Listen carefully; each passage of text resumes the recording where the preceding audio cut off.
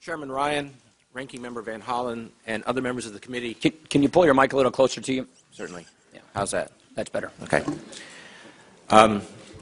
Thank you for inviting me. I'm pleased to have this opportunity to offer my views on the economic outlook, on monetary policy, and issues pertaining to the federal budget. The economic recovery that began in the middle of 2009 appears to have strengthened in the past few months, although the unemployment rate remains high. The initial phase of the recovery, which occurred in the second half of 2009 and in early 2010, was in large part attributable to the stabilization of the financial system, the effects of expansionary monetary and fiscal policies, and the strong boost to production from businesses rebuilding their depleted inventories. But economic growth slowed significantly last spring, and concerns about the durability of the recovery intensified as the impetus from inventory building and fiscal stimulus diminished, and as Europe's fiscal and banking problems roiled global financial markets. More recently, however, we have seen increased evidence that a self-sustaining recovery in consumer and business spending may be taking hold. Notably, real consumer spending rose at an annual rate of more than 4% in the fourth quarter. Although strong sales of motor vehicles accounted for a significant portion of this pickup, the recent gains in consumer spending appear reasonably broad-based. Business investment in new equipment and software increased robustly throughout much of last year as firms replaced aging equipment and as the demand for their products and services expanded. Construction remains weak, though, reflecting an overhang of vacant and foreclosed homes and continued poor fundamentals for most types of commercial real estate. Overall, improving household and business confidence, accommodative monetary policy, and more supportive financial conditions, including an apparently increasing willingness of banks to lend, seem likely to result in a more rapid pace of economic recovery in 2011 than we saw last year. While indicators of spending and production have been encouraging on balance, the job market has improved only slowly. Following the loss of about 8.75 million jobs from 2008 through 2009, private sector employment expanded by little more than 1 million in 2010. However, this gain was barely sufficient to accommodate the inflow of recent graduates and other new entrants to the labor force, and therefore not enough to significantly erode the wide margin of slack that remains in the labor market.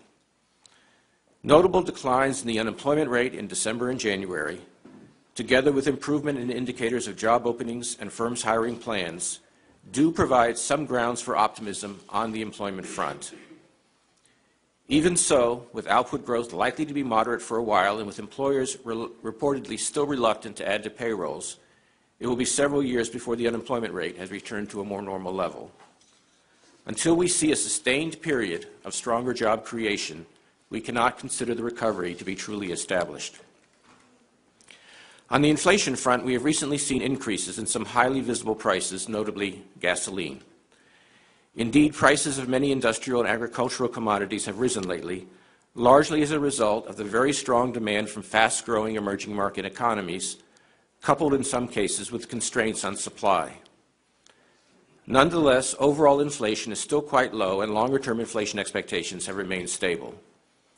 Over the 12 months ending in December, prices for all the goods and services consumed by households increased by only 1.2%, down from 2.4% over the previous 12 months.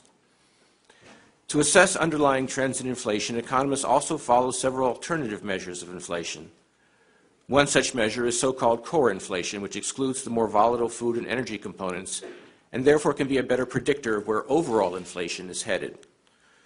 Core inflation was only 0.7% in 2010, compared with about 2.5% in 2007, the year before the recession began.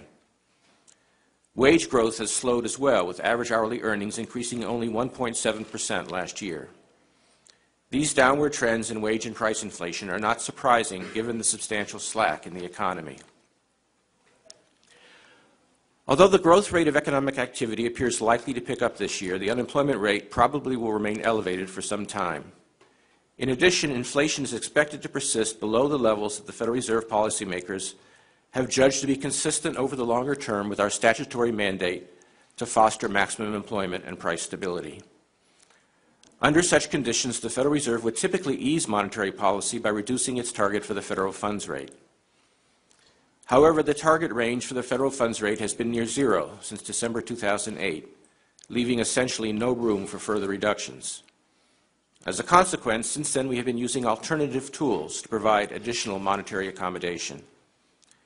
In particular, over the past 2 years, the Federal Reserve has further eased monetary conditions by purchasing longer-term securities, specifically Treasury, agency, and agency mortgage-backed securities on the open market. These purchases are settled through the banking system with the result that depository institutions now hold a very high level of reserve balances with the Federal Reserve.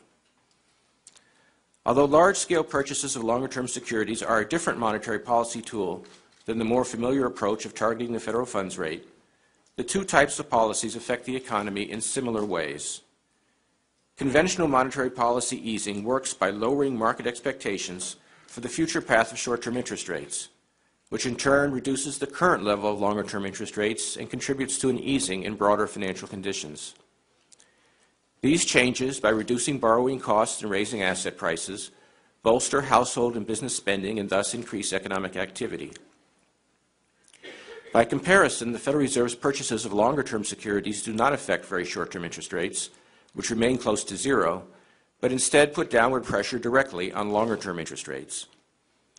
By easing conditions in credit and financial markets, these actions encourage spending by households and businesses through essentially the same channels as conventional monetary policy, thereby strengthening the economic recovery. Indeed, a wide range of market indicators suggest that the Federal Reserve's securities purchases have been effective at easing financial conditions, lending credence to the view that these actions are providing significant support to job creation and economic growth. My colleagues and I have said that we will review the asset purchase program regularly in light of incoming information and will adjust it as needed to promote maximum employment and stable prices. In particular, we remain unwaveringly committed to price stability, and we are confident that we have the tools to be able to smoothly and effectively exit from the current highly accommodative policy stance at the appropriate time. Our ability to pay interest on reserve balances held at Federal Reserve banks will allow us to put upward pressure on short-term market rates and thus to tighten monetary policy when needed, even if bank reserves remain high. Moreover, we have developed additional tools that will allow us to drain or immobilize bank reserves as needed to facilitate the smooth withdrawal of policy accommodation when conditions warrant. If necessary, we could also tighten policy by redeeming or selling securities. As I am appearing before the Budget Committee, it is worth emphasizing that the Fed's purchases of longer-term securities are not comparable to ordinary government spending. In executing these transactions, the Federal Reserve acquires financial assets, not goods and services. Thus, these purchases do not add to the government's deficit or debt. Ultimately, at the appropriate time, the Federal Reserve will normalize its balance sheet by selling these assets back into the market or allowing them to run off. In the interim, the interest that the Federal Reserve earns from its securities holdings adds to the Fed's remittances to the Treasury. In 2009 and 2010, those remittances totaled about $125 billion. Fiscal policymakers also face significant challenges. Our nation's fiscal position has deteriorated appreciably since the onset of the financial crisis and the recession. To a significant extent, this deterioration is the result of the effects of the weak economy on revenues and outlays, along with the actions that the administration and the Congress took to ease the recession and steady financial markets.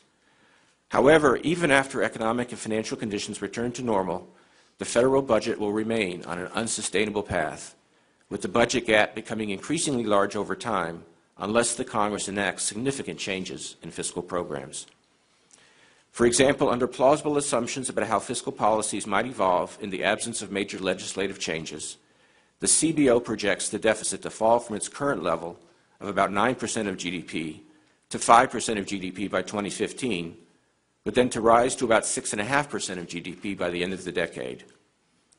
In subsequent years, the budget situation is projected to deteriorate even more rapidly, with federal debt held by the public reaching almost 90% of GDP by 2020 and 150% by 2030, up from about 60% at the end of fiscal year 2010.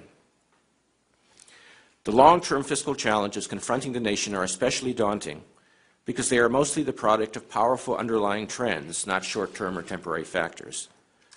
The two most important driving forces behind the budget deficit are the aging of the population and rapidly rising healthcare costs. Indeed, the CBO projects that federal health spending will roughly double as a percentage of GDP over the next 25 years. The ability to control healthcare spending while still providing high-quality care to those who need it will be critical for bringing the federal budget onto a sustainable path. The CBO's long-term budget projections by design do not account for the likely adverse economic effects of such high debt and deficits. But if government debt and deficits were actually to grow at the pace envisioned, the economic and financial effects would be severe. Sustained high rates of government borrowing would both drain funds away from private investment and increase our debt to foreigners, with adverse long-run effects on U.S. output, incomes, and standards of living. Moreover, diminishing investor confidence that deficits will be brought under control would ultimately lead to sharply rising interest rates on government debt and potentially to broader financial turmoil.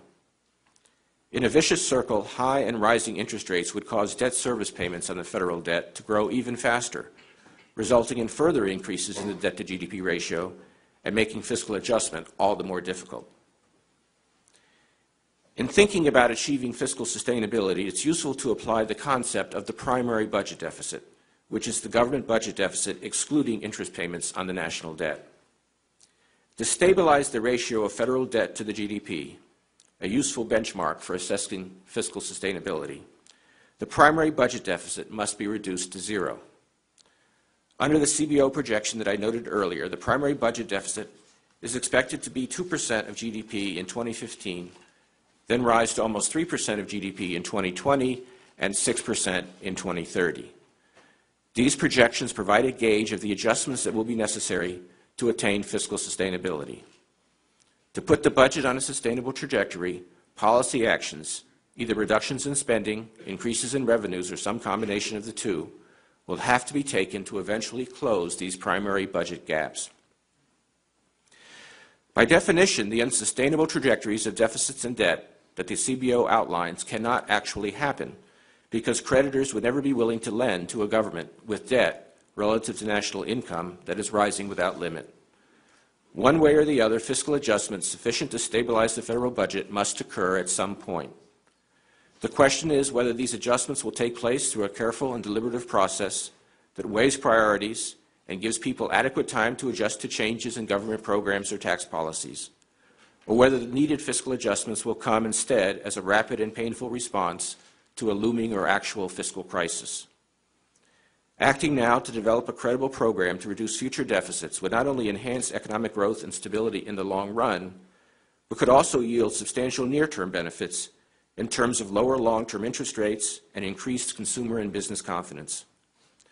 Plans recently put forward by the President's National Commission on Fiscal Responsibility and Reform and other prominent groups provide useful starting points for a much-needed national conversation.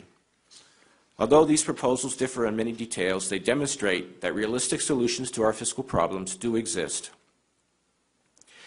Of course, economic growth is affected not only by the levels of taxes and spending, but also by their composition and structure. I hope that in addressing our long-term fiscal challenges, the Congress and the administration will undertake reforms to the government's tax policies and spending priorities that serve not only to reduce the deficit, but also to enhance the long-term growth potential of our economy. For example, by reducing disincentives to work and to save, by encouraging investment in the skills of our workforce as well as new machinery and equipment, by promoting research and development, and by providing necessary public infrastructure. Our nation cannot reasonably expect to grow its way out of our fiscal imbalances, but a more productive economy will ease the trade-offs that we face.